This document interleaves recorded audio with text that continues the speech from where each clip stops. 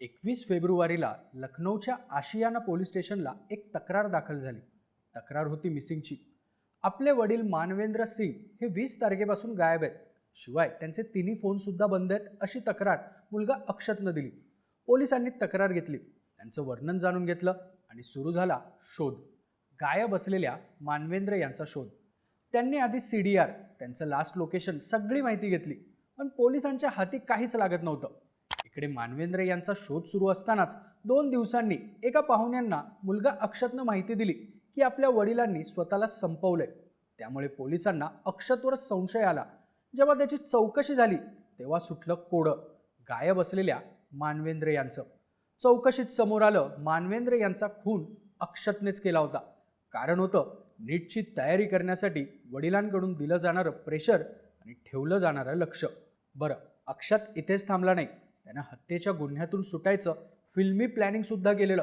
पण आपणच केलेल्या प्लॅनिंगमध्ये तो अडकला आणि एक थरारक स्टोरी समोर आली. तीच स्टोरी उलगडून सांगणारा हा व्हिडिओ.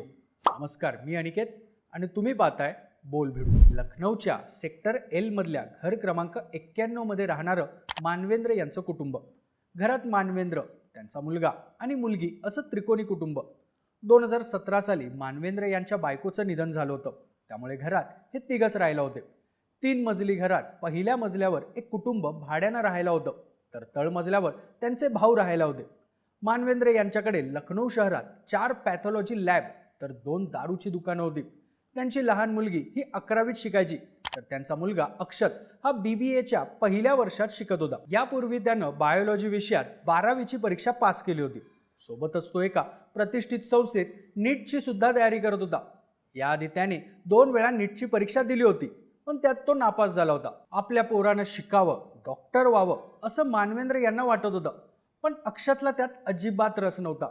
त्याला मोठं बिझनेसमॅन बनायचं होतं आणि याच कारणावरून या पितापुत्रात वाद व्हायचे.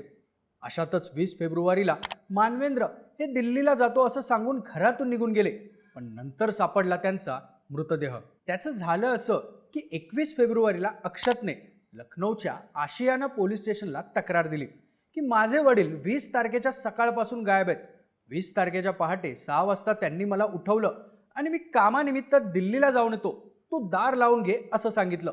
पण दुपारी मी त्यांना कॉल करण्याचा प्रयत्न केला तेव्हा त्यांचे तिन्ही फोन बंद यायला लागले अशी माहिती अक्षतने पोलिसांना दिली. तेव्हा पोलिसांनी त्याची तक्रार दाखल करून घेतली आणि प्राथमिक माहितीच्या आधारे तपासाला सुरुवात केली. परिसरात असलेले CCTV, त्यांचं लास्ट लोकेशन, त्यांचे मित्रमंडळी, मानवेंद्र जिथे जिथे जाऊ शकतात त्या ठिकाणी पोलिसांनी चौकशी केली, पण पोलिसांना काहीच क्लू मिळत नव्हता. शिवाय जेव्हा पोलिसांनी त्यांचं लास्ट लोकेशन पाहिलं तर ते त्यांच्याच लॅबमधलंच निघालं, पण तिथे त्यांचा फोन नव्हता. त्यातच पोलिसांनी CDR काढला होता, पण त्यात सुद्धा काहीच संशयास्पद आढळून आलं नाही. त्यामुळे मानवेंद्र यांच्यासोबत नेमकं काय झालं असेल, ते कुठे गेले असतील असे अनेक प्रश्न पोलिसांना पडले होते. इकडे 2 दिवस झाले तरी मानवेंद्र यांचा काहीच पत्ता लागत नव्हता. त्यामुळे पोलिसांनी त्यांच्या घरच्या लोकांची, मित्रमंडळींची, परिसरात असलेल्या लोकांची सगळ्यांची चौकशी केली.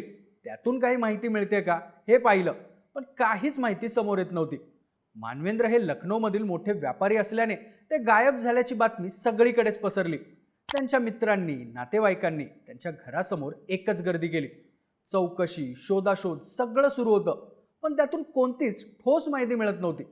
अशातच 23 फेब्रुवारीला मानवेंद्र यांच्या एका नातेवाईकाला मुलगा अक्षतनं बोलताना सांगितलं की आपल्या वडिलांनी स्वतःला संपवलंय. ही माहिती लगेच पोलिसांना समजली. तेव्हा पोलिसांनी त्याला ताब्यात घेतलं आणि त्याची चौकशी केली. तेव्हा अक्षतच्या जबाबात पोलिसांना विसंगती आढळली. मग पोलिसांनी खाक्या दाखवताच त्याने आपणच वडिलांची गोळी घालून हत्या केल्याचं कबूल केलं. वडिलांच्या शरीराचे तुकडे करून ते फेकून दिले. शीर आणि काही भाग घरातल्या निळ्या ड्रममध्ये भरून ठेवलाय अशी माहिती दिली. 2 दिवस वडील गायब आहेत म्हणून जो मुलगा शोध घेत होता त्यानेच वडिलांना संपवलं होतं, अगदी क्रूरपणे. आणि वडिलांना संपवण्याचं कारण काय, तर नीट परीक्षा. अक्षत हा बायोलॉजी विषयातून 12वी पास झाला होता. आपल्या मुलानं डॉक्टर व्हावं अशी मानवेंद्र यांची खूप इच्छा होती. त्यासाठी ते सगळ्या गोष्टी त्याला पुरवत होते. पण अक्षतचं मन दुसरीकडेच होतं. त्याला अभ्यासात रस नव्हता. त्याला आपल्या वडिलांपेक्षा मोठा बिझनेसमॅन व्हायचं होतं. पण त्याचे वडील त्याला सतत नीटच्या अभ्यासासाठी प्रेशर देत होते. याचा अक्षतला राग होता. शिवाय गेल्या काही महिन्यांपासून मानवेंद्र हे त्याच्यावर बारीक लक्ष ठेवून होते. कारण 4 महिन्यांपूर्वी मानवेंद्र यांच्या घरातून मौल्यवान दागिने चोरीला गेले होते. सुरुवातीला मानवेंद्र यांनी मोलकरणीवर संशय घेऊन पोलिसात तक्रार दिली होती. पण नंतर त्यांना समजलं की दागिने आपल्याच मुलाने गायब केलेत. त्यामुळे त्यांनी पोलीस तक्रार मागे घेत अक्षतला धारेवर धरलं होतं आणि तेव्हापासून ते अक्षतवरती लक्ष ठेवून होते. अशातच 20 फेब्रुवारीच्या मध्यरात्री नीटच्या तयारीवरून वडील आणि मुलामध्ये वाद झाला. वाद इतका वाढला की रागाच्या भरात मानवेंद्र यांनी आपल्या मुलावर बंदूक रोखली. पण नंतर त्यांनी आपला राग आवरला, ते शांत झाले आणि आपल्या रूममध्ये झोपायला गेले. वडिलांचं आपल्यावर लक्ष ठेवणं, सतत नीटच्या तयारीसाठी प्रेशर देणं, यातून त्याने आपल्या वडिलांना कायमचं संपवण्याचं ठरवलं. रात्री जी बंदूक वडिलांनी त्याच्यावर रोखली होती तीच बंदूक घेऊन तो पहाटे 4च्या दरम्यान वडिलांच्या रूममध्ये गेला आणि शांत झोपलेल्या वडिलांवर गोळी झाडली, ज्यात त्यांचा जागीच मृत्यू झाला. नंतर तो एकदम शांत बसला आणि मृतदेहाची विल्हेवाट कशी लावायची याचा विचार करू लागला. नंतर त्याने त्याच मृतदेहाचे तुकडे केले, एका बॅगेत भरले आणि सदरवणा गावाच्या जवळ फेकून दिले. तर शीर आणि काही भाग हा घरात असलेल्या निळ्या ड्रममध्ये ठेवला. नंतर 21 फेब्रुवारीला पोलिसात वडिलांच्या मिसिंगची तक्रार दिली. पण पोलिसांच्या चौकशीत तो फसला आणि हे सगळं हत्याकांड समोर आलं. काही स्थानिकांनी दिलेल्या माहितीनुसार मानवेंद्र यांच्या बायकोचं निधन झालं तरी त्यांनी दुसरं लग्न केलं नव्हतं, कारण त्यांच्या मुलावर त्याचा परिणाम होऊ शकतो असं ते नेहमी सांगायचे. तर काही वर्षापूर्वी अक्षत हा घरातले पैसे, लॅपटॉप आणि बॅग घेऊन घरातून निघून गेला होता. सोबतच त्यानं 6 पानाची एक चिठ्ठी लिहिली होती, ज्यात त्याला मोठं बिझनेसमॅन बनायचं होतं असं लिहिलं होतं. नंतर त्याच्या वडिलांनी आणि त्याच्या मित्रांनी त्याला कानपूरमधून शोधून काढलं होतं. आता त्यानेच हत्या केल्याचं समजल्यानं सगळ्यांनाच धक्का बसलाय. पोलिसांनी दिलेल्या माहितीनुसार सुरुवातीला त्याला चौकशीसाठी ताब्यात घेतलं तेव्हा त्याच्या जबाबात आम्हाला विसंगती आढळली, म्हणून त्याच्यावर आमचा संशय वाढला. त्याची अधिकची चौकशी केली तेव्हा त्यानं हत्या केल्याचं कबूल केलं. त्याच्या घरातून आम्ही तो निळा ड्रम ताब्यात घेतलाय. मृतदेह सापडल्यानंतर वरिष्ठ अधिकाऱ्यांनी घटनास्थळाची पाहणी केली. फॉरेन्सिक टीमने घटनास्थळाची तपासणी केली आणि पुरावे गोळा केले. तर बाकी पार्ट्सचा शोध सुरू आहे. शिवाय त्याच्या घरातून आम्ही 20 लिटर ॲसिड जप्त केलंय. सध्या अक्षत अटकेत असून गोळा केलेल्या पुराव्यांच्या आधारे त्याच्यावर संबंधित कलमाखाली गुन्हा दाखल केला जाईल. सध्या याचा तपास सुरू आहे अशी माहिती पोलिसांनी दिली. आता पोलिसांच्या तपासात कोणती माहिती समोर येते हे पाहणं महत्त्वाचं असणार आहे.